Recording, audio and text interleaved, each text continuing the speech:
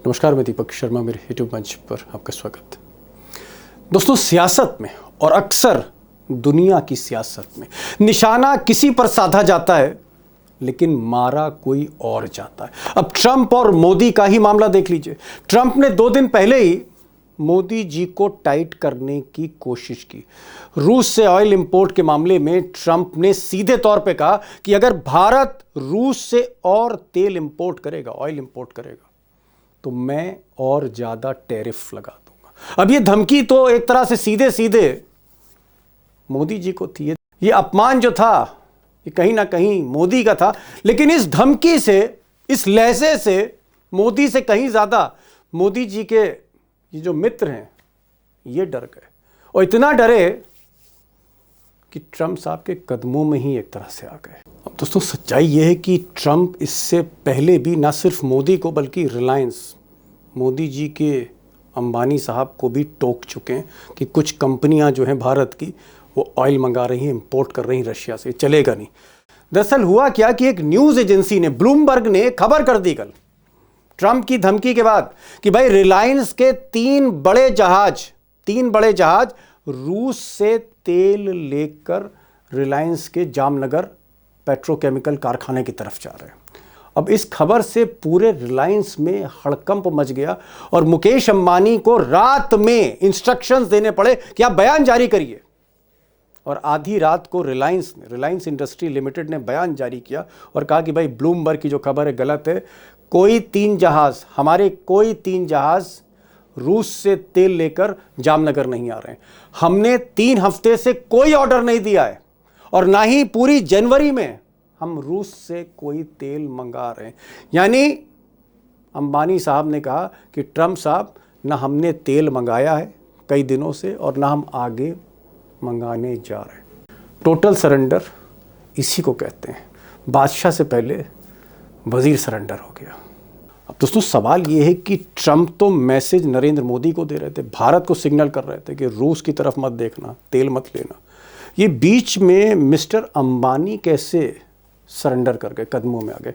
क्या मिस्टर अंबानी को ऐसा लगता है कि अगर रिपोर्ट हो गया, अमेरिकी एजेंसियों को पता लग गया कि उनकी पेट्रोकेमिकल, उनकी रिलायंस पेट्रोलियम अगर रशिया से तेल ले रही है और ये रिपोर्ट हो गया, तो क्या अमेरिका ब्लैकलिस्ट कर देगा रिलायंस को? इसका डर था। और उस अंबानी को जो कुछ समय पहले ट्रंप के शपथ समारोह में शामिल थे और ट्रंप के कई फंक्शंस में गए थे, क्या ट्रंप से अब इतना लोग डरने लगे? और क्या ट्रंप पूरी तरह बदल गए, एक गैंगस्टर के रोल में आ गए वो, कि लीडर तो लीडर, कॉर्पोरेट भी डरने लगा? अब दोस्तों, अगर दुनिया की बात करें तो फिर अंबानी की जो खबर, इससे कहीं ज्यादा मायने ट्रंप के इस नए रूप के। ये जो नया रूप एक गैंगस्टर जैसा, और खासकर जिस तरह से ट्रंप ने सारे कानून को, अंतरराष्ट्रीय कानून को ताक पर रखकर एक रेड करी, एक मिलिट्री रेड करी वेनेजुएला पे, लैटिन अमेरिका के इस देश पर, और वहां के राष्ट्रपति को, उनकी पत्नी को उनके बेडरूम से खींच कर उठा लिया, किडनैप कर लिया। क्या ट्रंप अब पूरी दुनिया को मैसेज दे रहे हैं कि जो मेरी मर्जी होगी मैं वो करूंगा? मेरे पास सबसे बड़ी मिलिट्री है, सबसे खौफनाक हथियार मेरे पास हैं, मेरे पास दौलत है, मेरे पास डॉलर की पावर है, मैं जो चाहूंगा वो करूंगा। और ये जो मैसेज है, ये ना सिर्फ प्राइम मिनिस्टर्स को है, दुनिया के प्रेसिडेंट्स को है, ये कॉर्पोरेट लीडर को भी है, कॉर्पोरेट वर्ल्ड को भी है। क्या ट्रंप वाकई दुनिया में आने वाले समय में अराजकता पैदा करने जा रहे हैं, जो हमारी और आपकी जिंदगी को, हमारे और आपके परिवार को, समाज को, सबको टच करने, प्रभावित करने जा रहा है? बड़ा सवाल है। सीरियसली सोचिएगा, इसको गंभीरता से सोचिएगा। और आज इसीलिए मैंने एक ऐसे शख्स को बुलाया है जो हिंदुस्तान के वो पत्रकार हैं, जो चाहे अमेरिका का राष्ट्रपति हो, रूस का राष्ट्रपति हो, या फिर कोई बड़ा सऊदी अरब का शेख हो, या फिर चाइना, या फिर कोरिया, या फिर जापान, या फिर लैटिन अमेरिका, या फिर यूरोप, दुनिया के सबसे ज्यादा राष्ट्राध्यक्षों से इंटरव्यू करने वाले शख्स हैं सईद नकवी। 50-55 साल का एक्सपीरियंस है दुनिया की डिप्लोमेसी का, और अंदर तक समझते हैं अमेरिका को, यूरोप को, भारत को। एक टाइम ऐसा था जब मिस्टर वाजपेयी, अटल बिहारी वाजपेयी, इनसे सलाह लेते थे, मिस्टर नकवी से, कई प्रधानमंत्री लेते थे। आज आपके साथ ये शो में हैं, बहुत कुछ बोलेंगे, बुजुर्ग हैं, लेकिन जो तजुर्बा है ना इनका, उसकी आप दाद देंगे अगर आप इनको गौर से सुनेंगे। सारा कच्चा चिट्ठा, सारी पॉलिसी अमेरिका की, ट्रंप की, नए ट्रंप की आपके सामने खोलने जा रहे हैं। सही साहब, बहुत बहुत आपका स्वागत है। शॉर्ट नोटिस पे मैंने आपको बुलाया और संक्षेप में मुझे बात करनी थी। मैं सबसे पहले ये जानना चाह रहा था कि भाई ट्रंप साहब ने मोदी जी को मैसेज दिया था कि आप रूस से तेल मत खरीदिए, अगर खरीदेंगे तो मैं टैरिफ और लगा दूंगा। तो डरना तो भाई मोदी को चाहिए था, लेकिन मोदी से कहीं ज्यादा अंबानी डर गए, अंबानी पैरों पे आ गए। उन्होंने कहा साहब हम तेल नहीं ले रहे हैं। सारी दुनिया में लोग ये समझ रहे हैं कि हिंदुस्तान का धंधा हो रहा है ये रूस के साथ। दरअसल बीच में एक वाया मीडिया जो यहाँ पे है, यहाँ दो बड़े स्तंभ हैं। एक है नाम है अडानी और एक का नाम है अंबानी। ये सारे कारोबार जो हैं ये इनके हाथ में है और देश की बहुत सी पॉलिसीज को इम्प्लीमेंट करने में इनका हाथ है। और ये एक बिल्कुल नया तरीकाकार है हिंदुस्तान के लिए भी।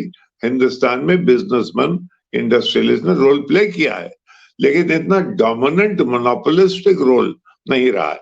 एक तो ये, दूसरे ट्रंप का स्टाइल।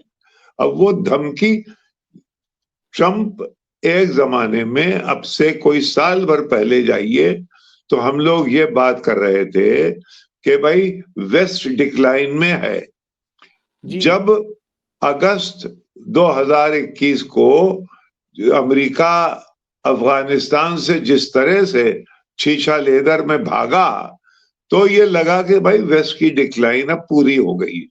उसको रिकवर करने के लिए बाइडेन के नियोकॉन्स ने उनको ये पट्टी पढ़ाई कि भाई अब खेल शुरू करो यूरोप में, इसको वार्म अप करो। वार्म चल रहा था खेल यूक्रेन में, इसको वार्म अप किया जाए ताकि हम यहाँ पुतिन की नाक अगर दुनिया की पब्लिक के सामने रगड़ दें तो फिर हमारी जो प्रेस्टीज की रिकवरी है वो कुछ ज्यादा जल्दी हो जाएगी। वो खेल भी औंधा हो गया। इन्होंने अब ये कहा है कि नहीं, हम एक अकेले गैंगस्टर बनेंगे। हम I am a gangster unto my self. Why? क्योंकि हमारे पास सबसे बड़े हथियार हैं। अब भी हमारे पास, हमारी पॉकेट्स सबसे ज्यादा डीप है, हमारे पास दौलत है। तो हम अब जो चाहेंगे, क्योंकि अब हम घबराए हुए हैं, अब हमारे हाथ से प्रेस्टीज जा रही है। हम वेस्ट को तो नहीं संभाल सकते, लेकिन हम अगर इंडिविजुअली जो नई दुनिया निकल रही है उसको इंडिविजुअली डोमिनेट करें, और वहां तो एक रीजन है जिसको कि हम वेस्टर्न हेमिस्फीयर कह रहे हैं, हम उसको डोमिनेट करेंगे। वहां के लिए हमारे पास एक चीज थी, मनरो डॉक्ट्रिन। मनरो डॉक्ट्रिन क्या थी? वो ये थी कि लैटिन अमेरिका में हम, अमेरिका की, ये हमारा एरिया ऑफ इन्फ्लुएंस है, इसमें यूरोप नहीं आएगा। उसी तरह अब ये कि ये हमारा एरिया ऑफ इन्फ्लुएंस है, इसमें आप चीन, रूस आप ना आइए। लेकिन भाई चीन के तो वहां 22 जगहों पे रोड और बेल्ट इनिशिएटिव में लोगों ने साइन किया हुआ है। लैटिन अमेरिका में उसका क्या होगा?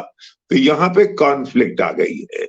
ये चाह ये रहे हैं कि भाई हम तुमको, एक ख्वाब ये है कि लैटिन अमेरिका हमको दे दो, ग्रीनलैंड हमको दे दो, तुम यूक्रेन ले लो रूस, और तुम्हारे हम इत्मीनान के लिए उसको छोड़ देते हैं ताइवान को। ये एक ख्वाब है। और इस ख्वाब के मानी क्या है? इसके मानी ये हैं कि दुनिया के चौधरी कौन हुए? हम, पुतिन, रूस और चीन। तो अगर 3 चौधरी हो गए तो ये ट्रायंगुलर वर्ल्ड ऑर्डर बन गया। यानी ये वही वर्ल्ड ऑर्डर है जो कि किसिंजर ने 1971-1972 में, जब वो खामोशी से दिल्ली से पाकिस्तान गए, भुट्टो ने उनको बीजिंग भेज दिया और वहां उन्होंने एक ट्राइलैटरल ट्रायंगुलर वर्ल्ड ऑर्डर बनाने की इब्तिदा की। क्या मतलब हुआ? यानी अभी तक चीन और रूस एक साथ थे। अगर रूस को चीन को हम अपना दोस्त बना लेंगे तो हम ट्रायंगुलर हो गए। इसका मतलब क्या हुआ कि हमने चीन को रूस से दूर कर दिया। अब ये एक बहुत बड़ी समस्या वेस्टर्न एनालिस्ट के और वेस्टर्न स्ट्रेटेजिस्ट के पास है कि भाई ये दोनों मिल गए हैं, इनको किस तरह से तो जो भी पासा, इसमें जो भी सैक्रिफाइस, यूरोप सैक्रिफाइस किया जाएगा अभी, लेकिन हम ट्रायंगुलर, तुम बनो चौधरी, हम यहाँ चौधरी हैं और चीन वहां चौधरी, बस हो गया। तो यानी आपने अगर ट्रायंगल बना दिया तो 3 एंगल हो गए, उन 3 में से फिर हम 2 को किसी वक्त एक साथ कर सकते हैं। ये सब दीपक ख्वाब है। एक चीज और जानना चाह रहे थे सही साहब, जिस तरह से ट्रंप एक एक करके सबको धमकाते चले जा रहे हैं, बद जुबानी है, बदमिजाजी है। दुनिया में आज तक दादागिरी, देखिए पहले दादागिरी हम लोग एक मेटाफर की तरह इस्तेमाल करते थे, अब तो दरअसल वही है। यानी एक गैंगस्टरिज्म है। एक बर्टोल्ट ब्रेख्ट का एक प्ले है, उसका नाम है the irresistible rise of Arturo उई। उसने क्या बनाया है कि एक शिकागो का छोटा गैंगस्टर है जो कि धीरे धीरे करके बहुत बड़ा हो जाता है और वो नेबरिंग मुल्कों पे भी हमला करने लगता है। उसका ब्रेख्ट का की जो इमेज थी वो अप्लाई करती थी हिटलर पे, लेकिन वो कहीं ज्यादा अप्लाई कर रही है इस वक्त ट्रंप साहब पे। ये हम नहीं कह रहे हैं, हम लोग बहुत ही अपने नेवल को अगर कॉन्टेम्पलेट करेंगे कि भाई ये अंबानी बहुत बड़े सही, अडानी उनसे बड़े हो गए होंगे, लेकिन ये दुनियाई जो घन चक्कर है उसमें ये छोटे प्लेयर्स हो जाएंगे। इस वक्त बहुत बड़े स्टेक्स हैं, उसके लिए हमारे पास दम है कि नहीं है, उसके लिए हमें अभी तक नहीं मालूम। हम वेनेजुएला के हक में हैं कि खिलाफ हैं, हमें नहीं पता। यह है कि बहुत होशियारी ये समझी जा रही है कि तुम गोल रहो, यानी कुछ ना कहो। तो भाई अगर यही है इस दुनिया में, तो भाई प्रोएक्टिव होना पड़ेगा, चॉइसेस लेनी पड़ेंगी, अपने पांव पे खड़े होना पड़ेगा। ये महज ये चंट पने से, ये कि हमने साहब हम अपना इधर भी खेल रहे हैं उधर भी खेल, और मालूम आप खेल कहीं नहीं रहे, नेबरहुड में कहीं नहीं है, दूर कहीं नहीं दिखाई दे रहे, ना अमेरिका हमारे साथ ना, और वैसे देखने को सबके सब के हाथ हम बढ़ाए हुए हैं और वो भी हमारी तरफ है, इसलिए कि वो ये चाहते हैं कि ये ब्रिक्स ना मजबूत होने पाए। एक याद रखिए, इस पूरे संगीत की सम जो है, इसका जो तबले की सम लय खत्म होती है वो है ब्रिक्स। ब्रिक्स को मजबूत मत होने दो, तो भाई हिंदुस्तान को वो थामे रहेंगे, भाई उधर ना चले जाना तुम। तो कहां जाएं?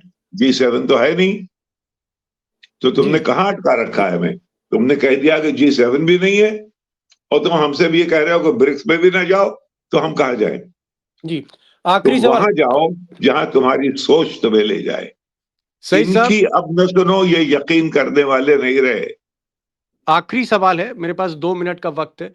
मोदी, आपको क्या लगता है मोदी को अब क्या करना चाहिए? जो नया ट्रंप है, जो आप कह रहे हैं गैंगस्टर की तरह खड़ा है, मोदी साहब का अब व्यू क्या होना चाहिए? फॉरेन अफेयर्स में एकदम से चालें नहीं बदली जा सकती।